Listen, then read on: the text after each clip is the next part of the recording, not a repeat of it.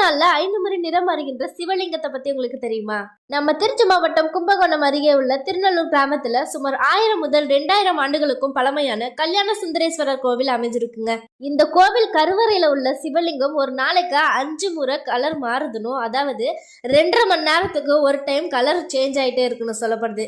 காலையில 8 மணி வரைக்கும் தாமரை நிறமாகவும், அதன் பிறகு இளஞ்சிவப்பு நிறத்திலும், மதியம் 2:30 வரைக்கும் பொன் நிறத்திலும், அதுக்கப்புறம் உருகிய தங்க நிறத்திலும், இரவு நவரத்தின பச்சை நிறத்திலும் காணப்படுதான்.